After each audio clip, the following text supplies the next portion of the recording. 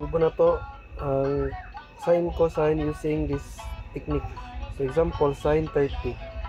Imong buhaton is piloon nimo ni ang sa 30. Then imong ihapon kung pila ang finger diri sa right side. Dayon mo imong gamiton ang square root of n over 2. Since atong nahihap kay isa, so ang n ilisa na to og 1. So ilisa na to og 1 over 2. Square root of 1 is 1. So ang sin 30 is 1/2 or 0.5. Another example. Try na to ang cosine 45. So ang cosine 45 is nara. So pila tong maihap sa cosine sa left side, kay left side man ang cosine 2.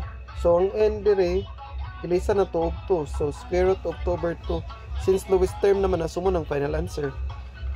Okay, another example. Cosine 90.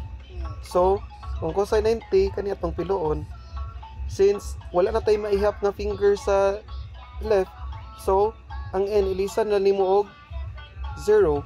So square root of 0 over 2, which is 0 over 2. So the final answer is 0. Okay, so na sa kadali. Try ninyo.